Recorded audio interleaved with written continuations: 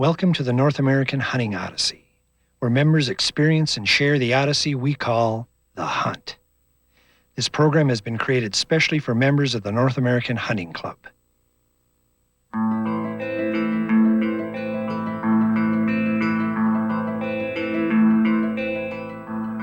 Nice muley. You bet it is.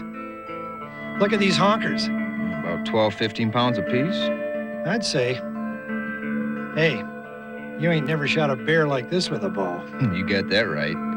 Wait a sec. These pictures are great, but is this the Odyssey? That's part of it. These are member shots we get in, and they send us their videos too. Really? Are we going to see some? In a minute. But let's look at a few more pictures. You can explain this Odyssey thing then? That's really bothering you, isn't it? Do you want the dictionary or the North American Hunting Club version? At this point, I'll take any version. Just tell me what this show's about. It's about members from all across North America sharing their hunting experiences with us. Every hunt is an odyssey, and whether members take a Polaroid, film it, or videotape it, when they share it with other members, they let us experience their adventure, their odyssey. Give me an example. Okay, you've heard of bucks locking antlers, haven't you? Sure. Ever see it? Nope. Know anyone who's seen it? Nope. You're gonna now. You'll see what sharing the Odyssey is all about.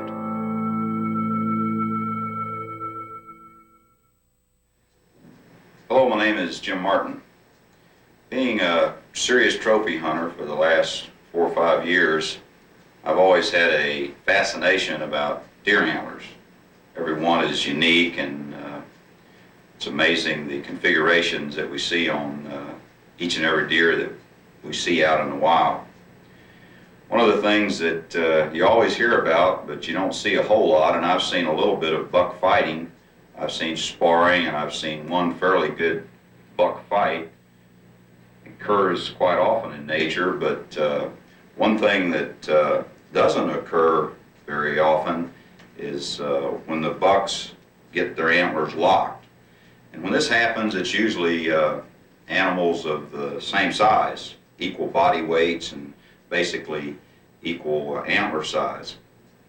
Like I say, it's a rare sight, but this year, this past hunting season, opening day, 1990, that rare sight happened to me. I happened to see, along with my hunting partner, as we were heading to our stands up in the northern section of Missouri, we came across 2 bucks that were already interlocked right along the edge of a field in an old creek bank. It was rather indecisive on what we were going to do at the moment. We were ready to just pull up and shoot them and fill our tags and get out of there. But I happened to think that my huntography rig was back in my vehicle, so I said, wait. I laid my weapon down and took off running, and made a mad dash and grabbed my camera and just came back and started filming. Didn't even check where the camera was.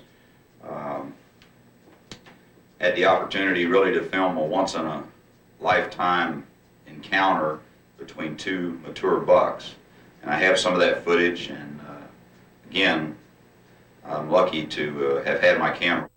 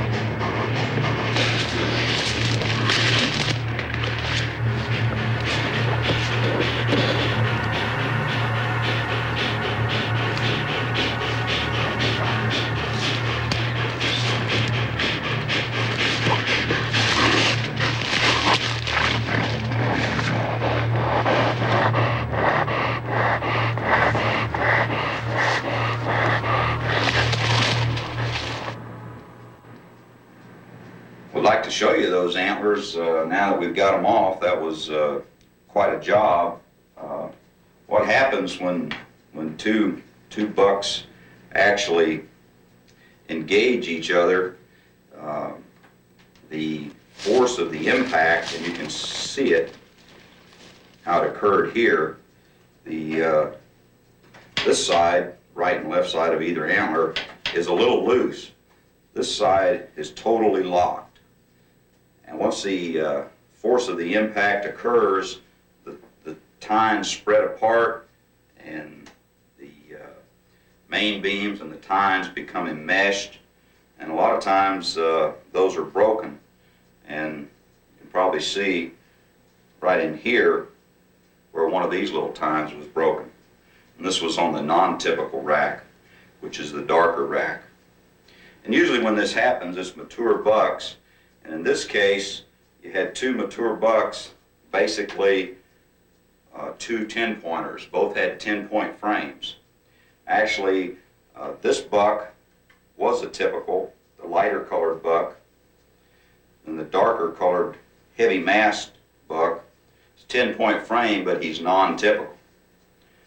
Got a 10-pointer and an 18-pointer.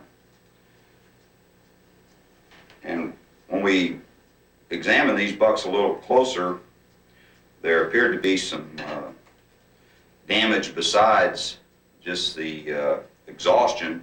One of the antlers, I believe it was this antler was actually down inside one of the ears of the non-typical. And then one of the other antlers from the non-typical was actually embedded right into the forehead of the typical deer. It's really a scary scene standing there filming that early morning death match.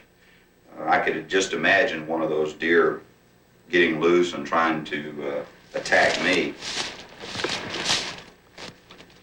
But it's a natural occurrence in nature, even though it's rare. It was a once-in-a-lifetime opportunity for me, but it's a type of death that would just linger. The deer become totally exhausted. They can't eat, they can't drink, they have no strength, and their future is doomed. They will die. Anyway, I was glad to have my camera and be a little bit familiar with huntography and some of the basics of filming in order to film this deadly encounter that I ran across, and knew that these two bucks were going to meet their death, either through natural occurrences because they were interlocked, or hopefully because a couple hunters would come along as we did, and we went ahead and harvested the deer.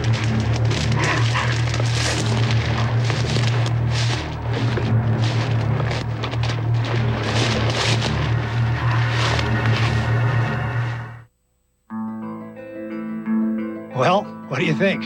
That was incredible. Good thing he had his camera with him. Hey, I take my video camera everywhere. I bet, but I bet you don't have any more videos like that. Just watch. We've been hunting all day. We haven't seen too much. We're at a new spot. We've been at about 3 or 4 spots so far in 3 days, hunting solid. Today's Thursday afternoon. This morning we tried hunting down at Bob's lovely wife's father's house. We both sat next to scrapes, didn't see nothing. Unsuccessful. Went and worked on a portable deer stand after that. Had some eggs and bacon. Tonight we're going to try a new strategy. Pulling out all the stops tonight. Went over to a buddy of mine's house, Rob Clark, and we got this wonderful deer decoy. We also stopped by the house and picked up some rattling antlers. We're going to try a little bit of rattling. We made 2 calls already, 2 rattles. One back here over on the south end and the other over here to the east. And no success. It's a little bit too windy maybe for the rattling. We're not too sure yet. Kerry's got us a spot. He's seen 2 deer feeding in his cornfield the other night, and he thinks that he's going to have a good shot at possibly getting a doe, or maybe even a nice buck. I'm going to try to do a little rattling, maybe a little grunting with the old grunt tube.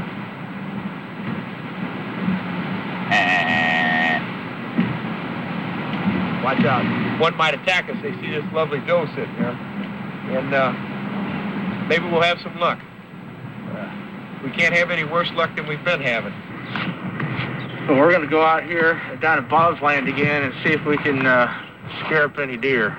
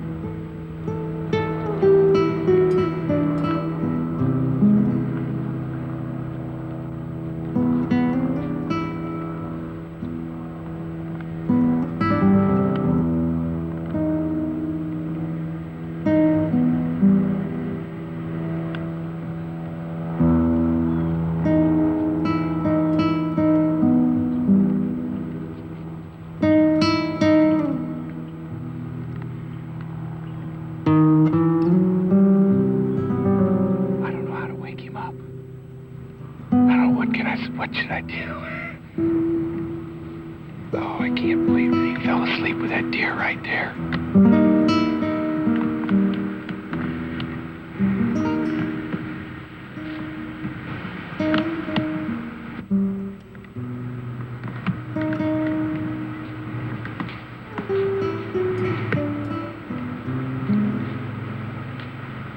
Oh, now there's two of them. Oh, now there's two deer over there. I can't believe it. There's one, that little doe. Look at that doe.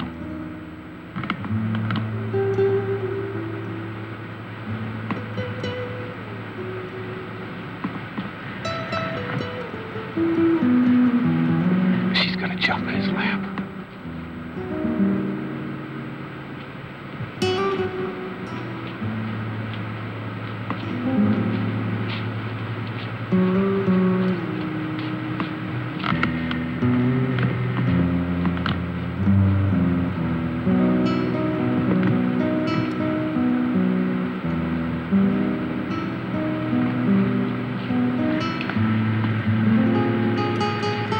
Uh-oh, she's getting scared now.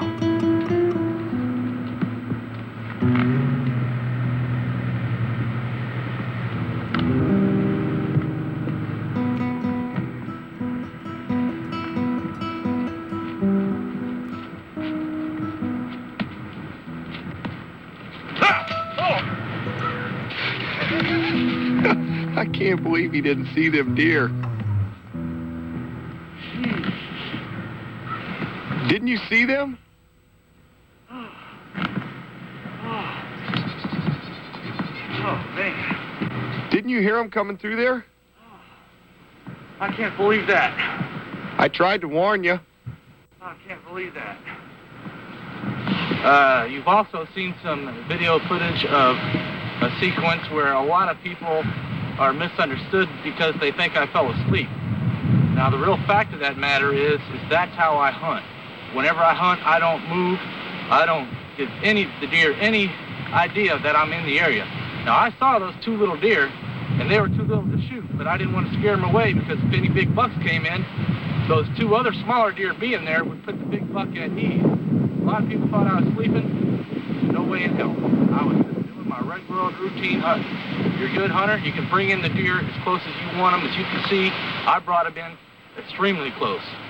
Now, that last sequence where I jumped up and acted like I was frightened was Yeah, I was just screwing around there. I was just scaring them off because I was getting tired of them being in the area and I had to scratch my nose. Come on, was that staged? No, I'm telling you, that's the kind of stuff that happens. It's part of the Odyssey. I'm starting to see what you mean, but I gotta tell you, I've had some great hunting experiences. Odysseys, but they're all kind of ordinary. No such thing. Huh? There's no such thing as an ordinary hunting experience. I'll prove it. Take a look at this, quote, everyday duck hunt.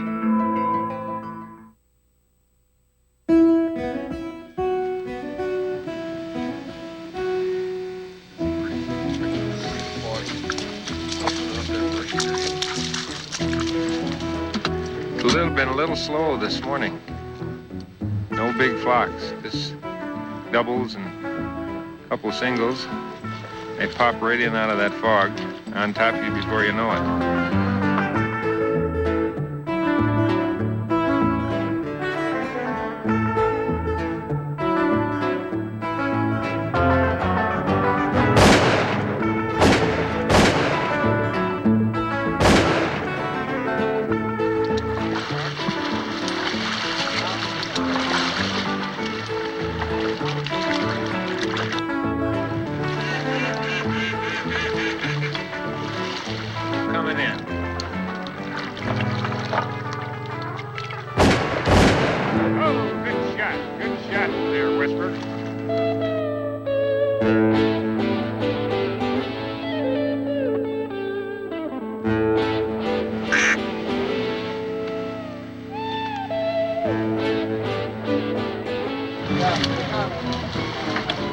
Here they come, boys.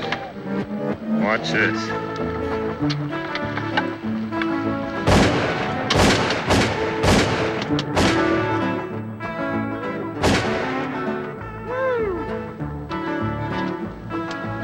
Did you get that one, Dick? What'd you get, Dick?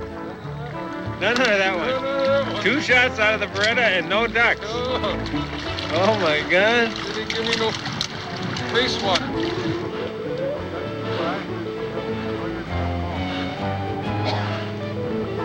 Come on, Bandit. Good dog, Bandit.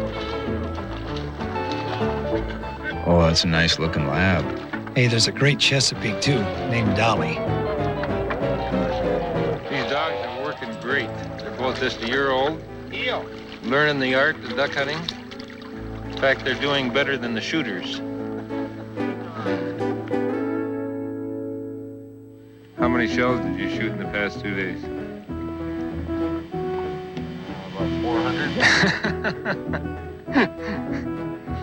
Believe me, we don't have that many ducks.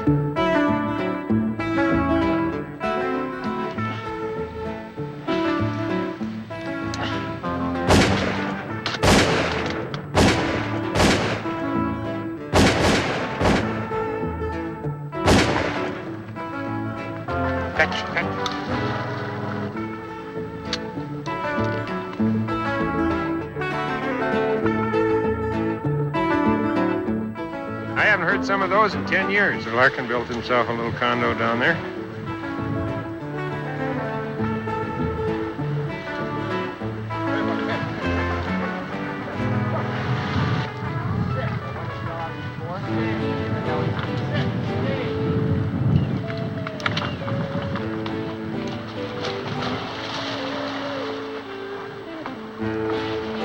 Let's see. How many you got, Mike? All right, all right. How many shells have you fired? 5. Okay.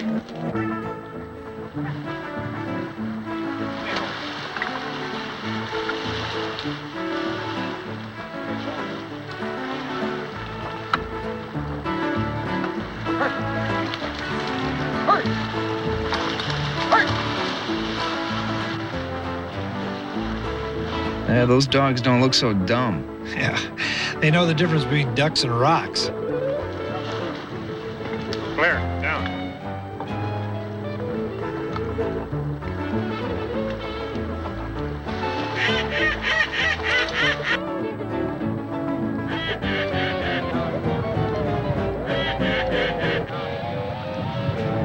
Let's see if anything else is coming.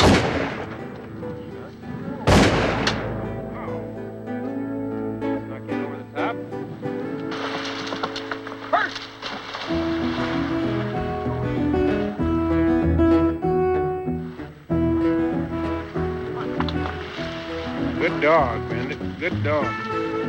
Here they come, boys.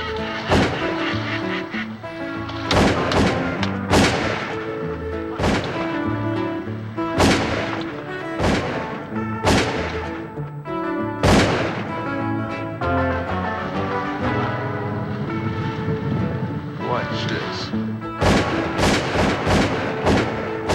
I got a duck. Good ducks.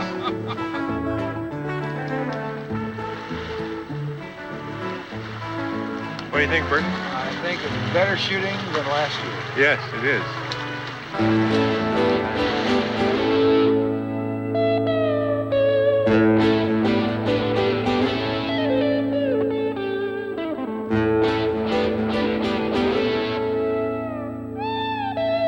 Here they come! Get it. All right, get him now. Get him. Wow, 1, 2, 3, 4.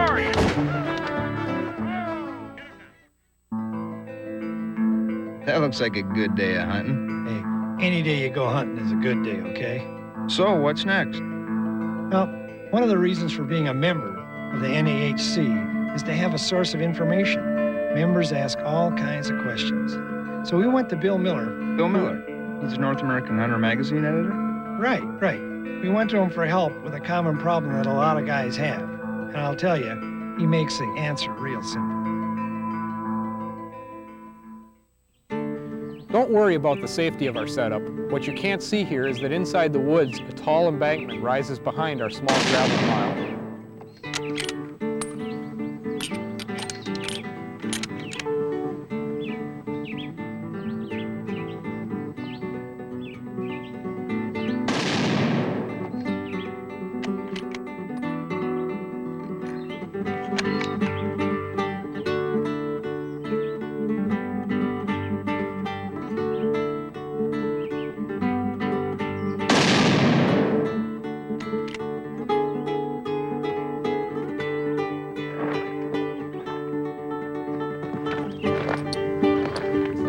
Hey, that group's getting pretty darn good. Not bad for a new rifle and scope rig, especially. We got a little more work to do to bring it up where we want it, but I think she's going to be a good one.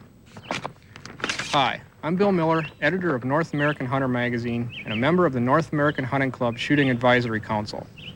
One of the most common questions we get from NAHC members come hunting season is just how do I sight my rifle in for deer hunting or any other kind of hunting for that matter.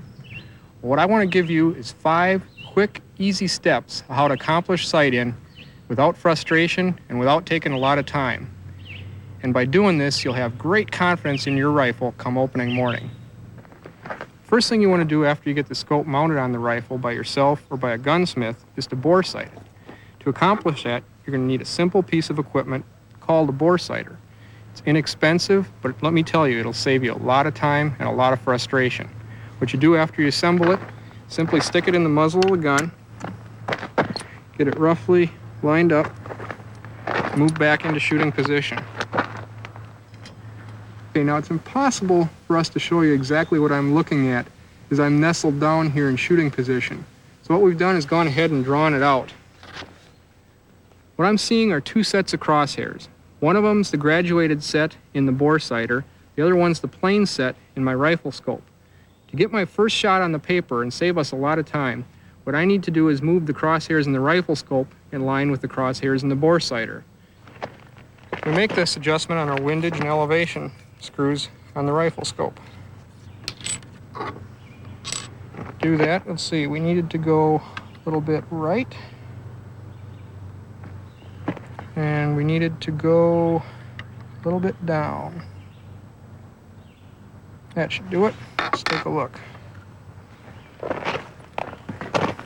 So sit back down. Take a look. Oh yeah, much better. That should have us right on the paper. Okay. We need to take out the bore sighter. Settle in for another shot.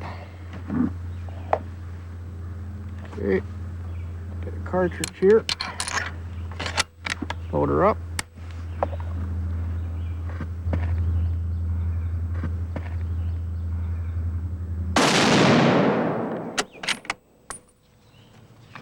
I think you can see there what happened on that test shot.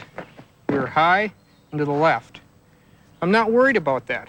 What a lot of guys would do is work on that shot and work on that shot with their elevation and windage and keep reshooting till it's in the bullseye. It's not a concern at this point. We just want to be on the paper. That allows us to do the next step, and that's test ammunition. That's the target we've done here. We're trying out 3 types of ammunition in this rifle scope rig. And what you have to remember is that every rifle's an individual unto itself. Same brand, same model, same caliber may shoot different types of ammunition to completely different places on the paper. That's why we're out here sighting in.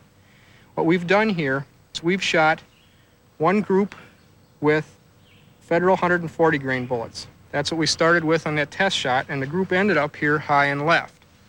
Then we moved on to Winchester 165 grain.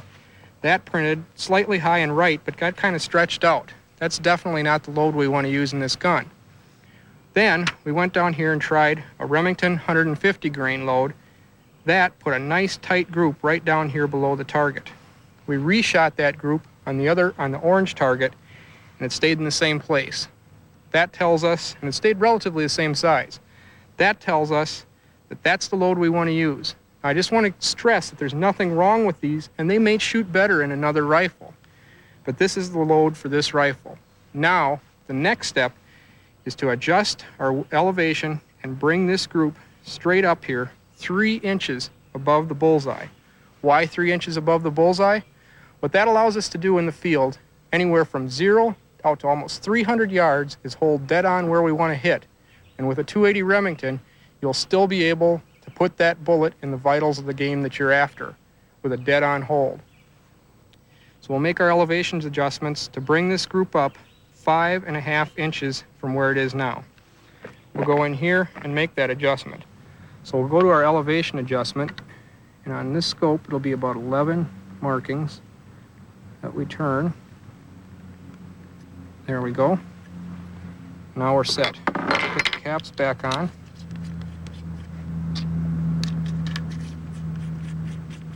Pop in around. See what she does.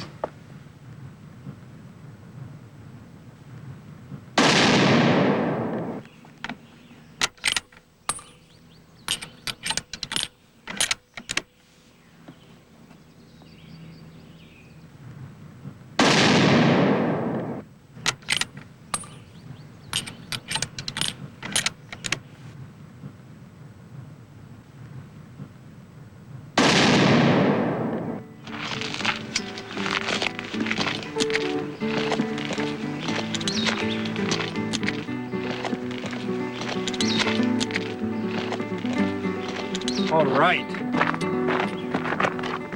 That right there is exactly the kind of group I'm after. It's 3 inches high of the bull, and it is tight. I mean, that's incredible for a production rifle. That's a true 1-inch group at 100 yards. Now, normally, a lot of guys would say, you're done sighting in, let's go hunting. And you can do that. But I've got one other trick that can help you out. And it's the 5th step, and it takes you back to the very beginning. What you do is you get out your bore sighter, put it back in the gun, line it up, and take a look. Now, when I get back home, I'll do that again. I'll write down exactly what those markings are, where my crosshairs line up with them, because I'm not lined up perfectly anymore. I've accommodated for the load and the bullet. I'll write that down, and I'll tape it right to the stock of my gun. When I go hunting, if I drop the gun, if I fall on the gun, if it falls out of the scabbard, if I'm horseback hunting, the scope is going to get knocked off. We may be in game country, and I don't want to shoot right then and right there, so what I'll do is have my bore sighter with me, pop it back in, and adjust back the scope to those markings that I've got taped to the stock of my gun. I'll be close enough for government work, and the hunt can go on until I get back to a range and get it really, truly sighted in. Well, this is Bill Miller from the North American Hunting Club Shooting Advisory Council. Keep sending in those questions, and we'll keep answering them. I can't believe it. I absolutely can't believe it. Second trip here and hunting brown bears, and the trip before was like I I never hunted them. We've had so much excitement and bone-chilling thrills this hunt just with these bears. I mean, it's absolutely awesome. We've seen gorgeous country. We've had gorgeous weather. We've worked hard. We've packed hard on the caribou. We got a 426 caribou. We walked in here today, found this miraculous spot. I mean, we just knew we'd see a bear here. I met Archie at a Pope and Young convention in Minneapolis. Seems like an interesting guy. Oh, yeah. He told me his story with such passion that pretty soon I imagine I was with him in Alaska, tracking giant bear. He told me it was his dream hunt, a once-in-a-lifetime adventure that you relive in your mind a zillion times. In fact, Archie spent 2 years just planning it. Everything had to be perfect when he got there. Because once you get to this part of Alaska, there's no turning back. Yeah, I suppose there's no corner store at the end of the street. There aren't any streets or phones. There's just you, your guide, and the bear. When Archie and his guide, Brad Finch, flew into Wide Bay, they kissed civilization goodbye and walked back into history. Looks like their camp is set. Yeah, the outfitters had everything ready, so Archie and Brad had a whole day just to review their strategy. They spent the first night at the lodge, but after that they were on their own, camping on the tundra until they got their bear. Well, I bet they had a lot to get ready.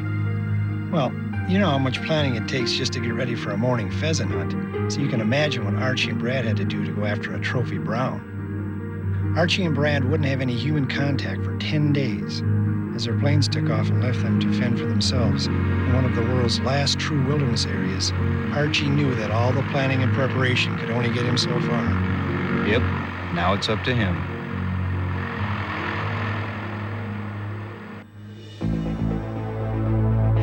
Wait a minute. Isn't Archie Nesbitt the guy who compares himself to Fred Bear? Hey, anybody who goes after a 10-foot brown with a bow from 35 yards can compare himself to anybody he wants to. Okay, but if you're gonna compare yourself to Babe Ruth, then you better hit one out. Right. And if you're gonna put yourself in Fred Bear's company, then you better prove you belong there. Well, for my dough, this video is Archie's proof. Looks like he's getting ready for a walk in the park. Don't kid yourself. He knows this is the most dangerous hunt he'll ever make. It never hurts to smile. He has a way of calming the old nerves. Not a bad idea when you're sharing living space with the largest carnivore on Earth. No doubt about it. The Alaskan brown bear is a beautiful, majestic animal. But never forget that it's a heartless killing machine that'll cannibalize a full-grown sow and outrun a thoroughbred down the stretch at Churchill Downs. Just imagine, you're looking at these fresh tracks while you walk through brambles. One of these monsters could be around any corner.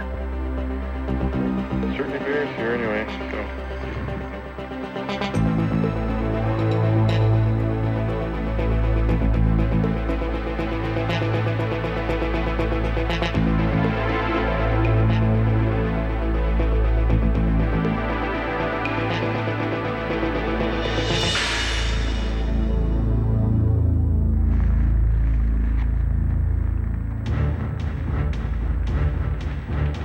Imagine the adrenaline rush Archie must be feeling.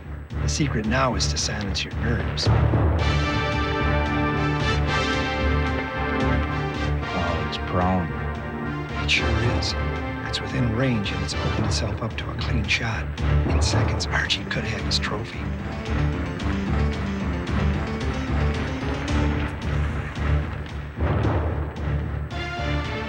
Why didn't he shoot? Because once you take a brown, you can't hunt them again for 4 years. So the bear you take better be the bear you want. This wasn't Archie's bear. That was fun. That was fun.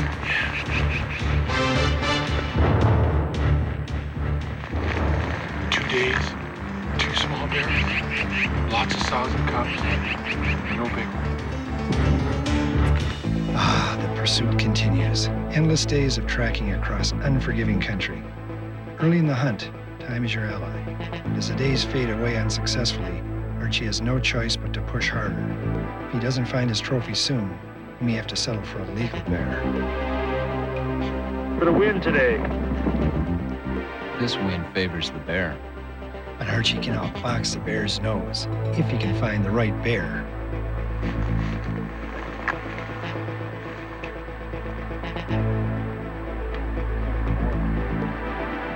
It's a boar. They say video makes a person look 10 pounds heavier than they really are. Maybe so. But right now, video is making this giant look like a little Northwoods Blackie. Just remember, it's a long way from the camera, and it can kill a Brahma bull with one swing. Just look at the size of these salmon skulls. Bear swiped them out of the creek like you and I grab potato chips from a bag.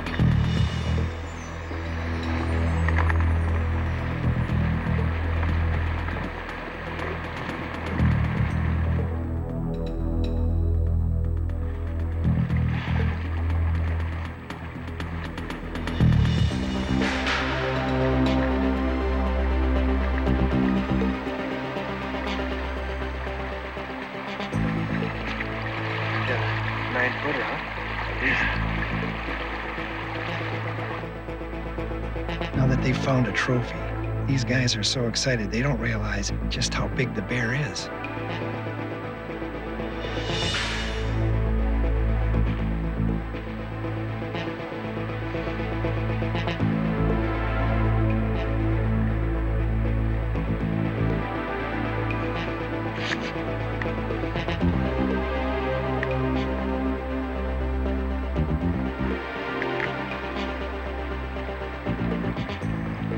Seagulls are all over here. The big bear, the 10-footer must be over your feet. You gotta admire the way Archie manhandles the tension. Well, one thing's for sure. What? You sure got Fred Bear's guts.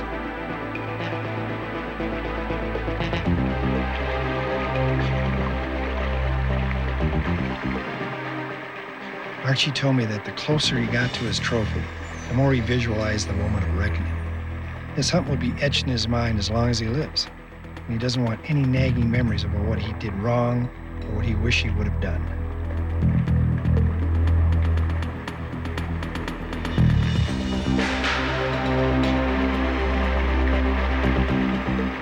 It is powerful country. You bet.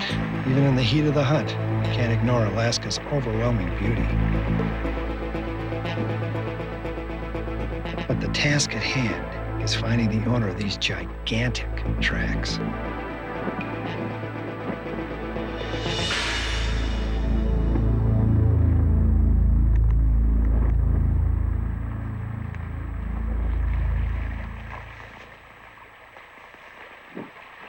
No matter where the bear goes, you follow.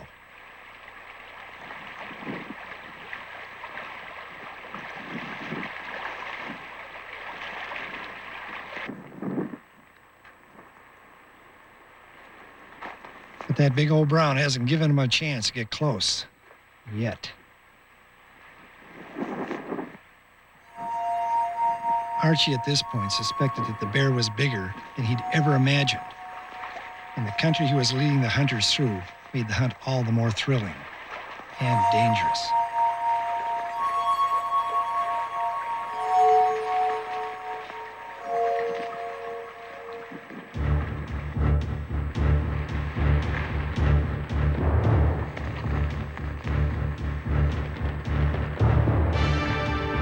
There he is, Archie.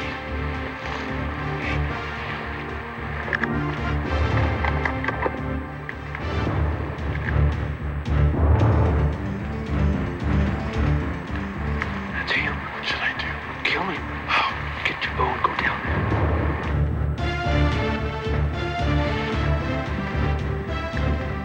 there. The cool, dry October winds have stripped the fallen leaves of all moisture. There was no way Archie could approach the bear without making crunching sounds with every step. And he couldn't stop his bow and scabbard from scraping the alders.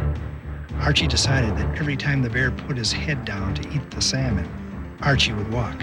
Every time the bear lifted his head, Archie would stop. Does it work? It better.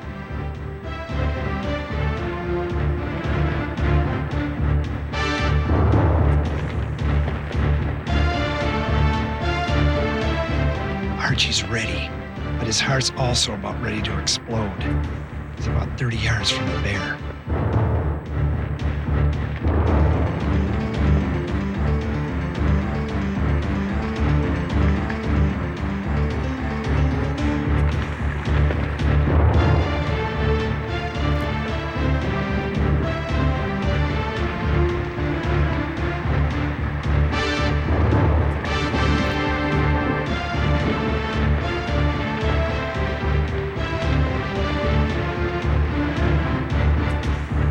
Why's the camera going in and out of focus?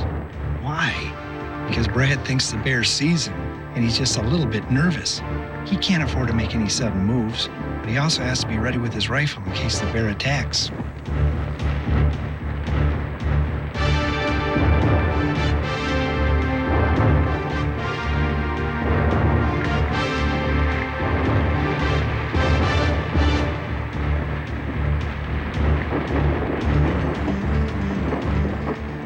All that Brad can do now is hope Archie's aim is true.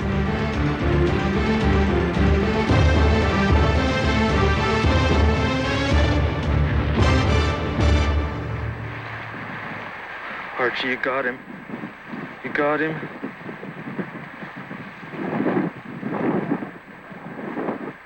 My God.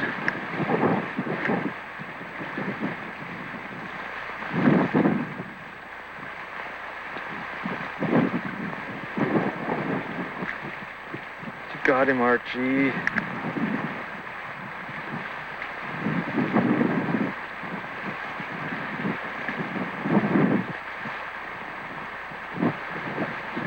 I don't believe it.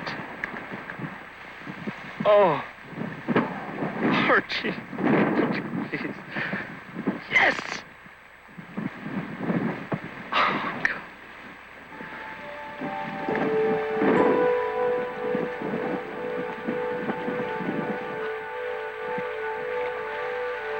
Wow. Very few people have experienced the thrill that Archie feels right now.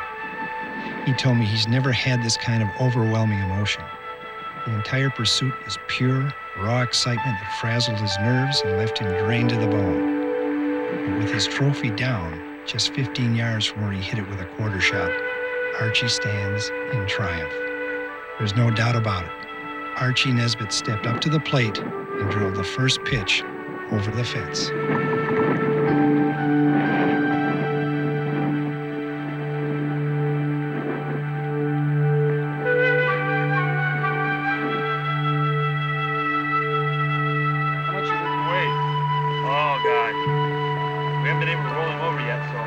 I think he's about 1,200 to 1,300 pounds. You do it.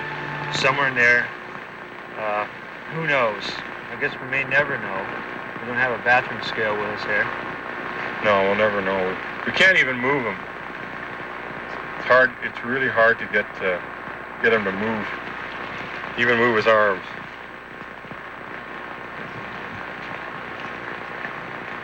Oh. Big old blueberry. Well, today's Fish bear. Today's October the 11th, 1991. We're at Wide Bay on the Alaska Peninsula. We came in and on the 6th and started hunting on the 7th. This is our second tremendous trophy on a 5-day hunt. We also took this tremendous bear, which we think is going to be about 10 feet. It'll go right at 10 foot, maybe a little more. Who knows? Yeah, fully mature, about as big as they get on the Alaska Peninsula. If it doesn't go 10 foot plus, I'll be amazed. Yeah. And we know from looking at the skull, looking at the teeth, that he's probably real old. He's very old, probably 15 to 20. Yeah, 20 years old. Yeah. Which means he's going to have a good skull. And for Pope and Young of Boone and Crockett, which is what we're looking for in a big trophy here, we're hoping it's got about a 28-inch skull in. It should be 27 and a half plus. It might go as big as 28 and a half to 29. We don't know. Yeah. This is something It takes about, what, 28 to get Boone and Crockett? 28 inches. To get Boone and Crockett. Length and width combined for Boone and Crockett. Yeah. You know, as a bow hunter, that your odds are really, really small of taking a hell of a trophy like this. Even a less mature bear, a legal bear, is the odds are against you. We passed up legal bears to get this one. Yeah, we passed up a lot of legal bears. We had a huge dry sow the other night, really close, and a young boar really close that we played with, and we played with them all. We just made the decision that it was go for broke because we had the time, and the bears are here. This area is really well managed. The outfitter's tremendous. They're wonderful people, and we knew we had what we needed to make this a successful hunt and get the trophy we wanted. So here we are, Wide Bay.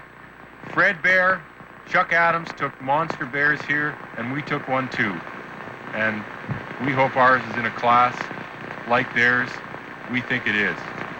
We think we got a monster, and it's a hell of a hunt. Yep. It's a great hunt. Great hunt.